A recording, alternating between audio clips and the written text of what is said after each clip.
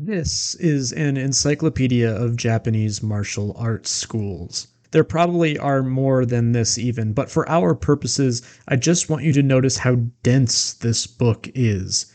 Even without being able to read Japanese, you can see that what you're looking at is hundreds, if not thousands, of martial traditions. The real kicker here is that most of these schools were started by people who once trained in other schools. They are the creations of wayward students, breakaway rebels, taking their master's teachings and changing them. If you are a Western practitioner of an Eastern martial art, we tend to have this image that this is an awful thing. Surely a student stealing the wisdom from a teacher would be the bad guy in a kung fu movie, or a young ruffian who needs to eventually be brought back into the fold. In reality, these breakaway schools were the rule, not the exception. Sure, most students wouldn't go on to create their own style, but far, far more than we tend to imagine did do so. In fact, if you're practicing a Chinese or Japanese martial art, I guarantee that if you go back far enough, you'll find that the founder learned some other style before creating his own.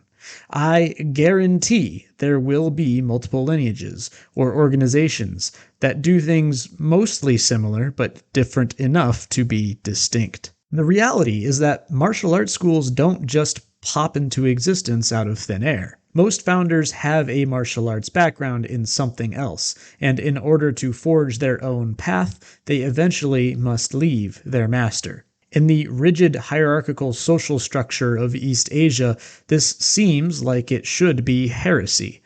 But I would posit that by giving their school another name, they are actually protecting their teacher's reputation. It is as if saying, I may have studied under him, but this is my own project, and it is my responsibility and my responsibility alone.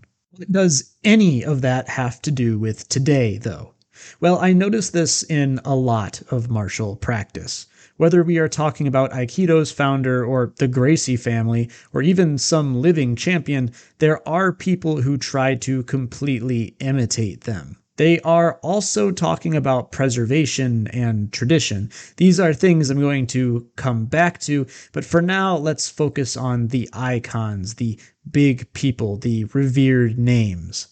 I'm going to use Aikido's founder, Ueshiba, as my example, mostly just because I'm most familiar with him. On my recent video detailing my Aikido training in Japan, I got a few comments that basically implied or outright stated that we just need to get back to what Ueshiba was doing, that Ueshiba is Aikido, that all the stuff that came after is a pollution of the art, and it is the impurity that causes the art to fail. When I hear these kinds of things, my immediate thought is, how do you know? The number of men alive today who trained with Ueshiba can be counted literally on one hand. While there are some very fantastical stories about the man, there are just as many stories pointing out how over the top those other stories are. Much of this is very difficult to verify, by the way.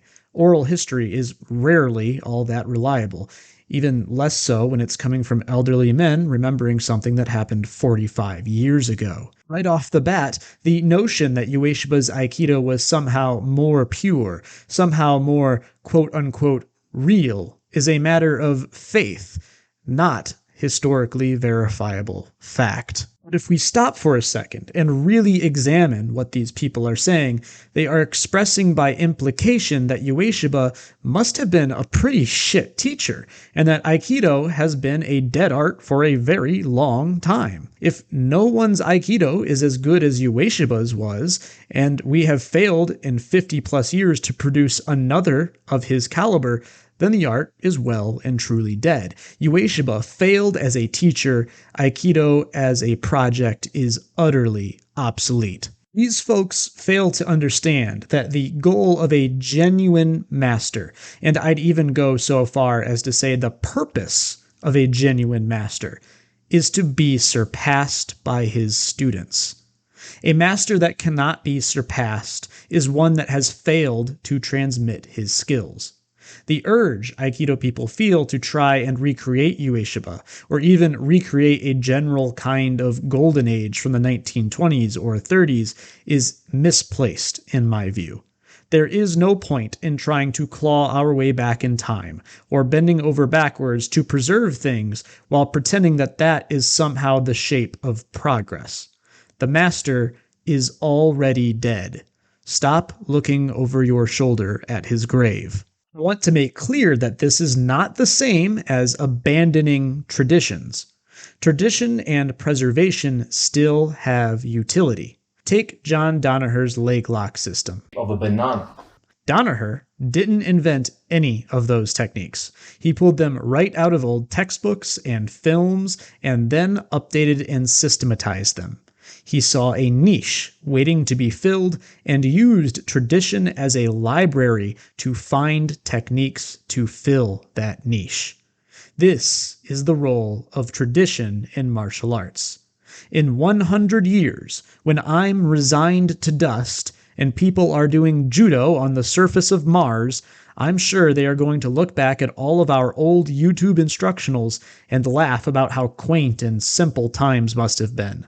How old school we are.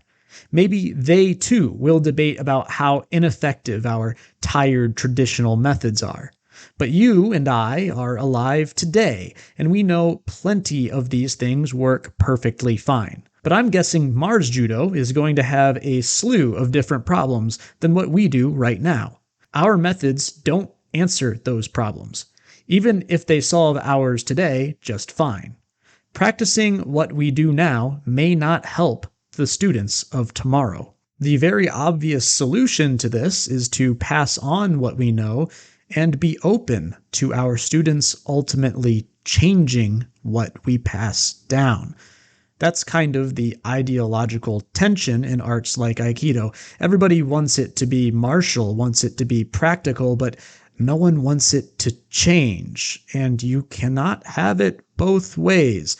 Sure, you could do one class that is taught exactly like it always has been, and another that is applied stuff or updated stuff, of course, but at the end of the day, no matter what, the choice is still the same. Do the same thing that you've been doing forever, which might answer problems from 1925, or allow it to change. I want to wrap up this video by reviewing the components that make up my major point. First, it is just as quote-unquote traditional to break away from your master's teachings as it is to preserve his system. Our Encyclopedia of Martial Arts demonstrates that much. Second, a master, a founder, a teacher, they are all meant to be surpassed.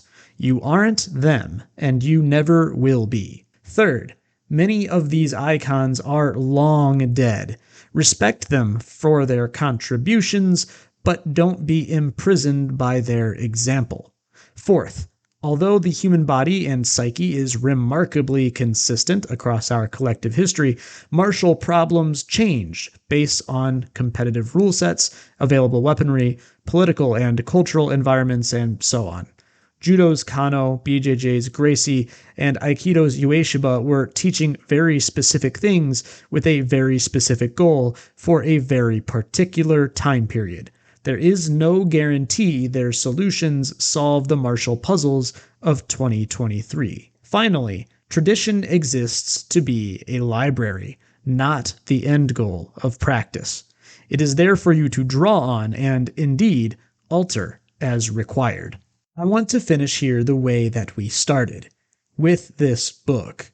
The truth is that a lot of the schools in this encyclopedia are breakaway systems, but many, many more are just straight up extinct, dead, gone. These old schools love their traditions. They openly accept that they may be impractical in the name of preservation. I'm not going to say that that is a bad thing. I think in some ways it's a noble calling. On the other hand, however, I think that there is a lesson in that for us. You don't revitalize a martial art or become a premier martial artist by chasing ghosts. Be inspired and grateful to our predecessors. But the long shadows our forebears cast often linger too long in the world of martial arts. As a student of history, I can confidently say that I know of exactly 0 golden ages that have ever been recreated successfully. That is because golden ages aren't recreated. They are created in the now, in the present. We cannot go back. We can't, nor should we endeavor to be, our masters. The greatest honor we can give those long dead, revered icons of yesterday is to surpass them. And in order to do that, we don't chase their image, but try to use the tools they passed down to us in order to answer modern martial problems. We have to be allowed to change. Just like all those rebels who broke off and started their own school way back in the day. The master is already dead. Let him rest his old bones. Today is for the living.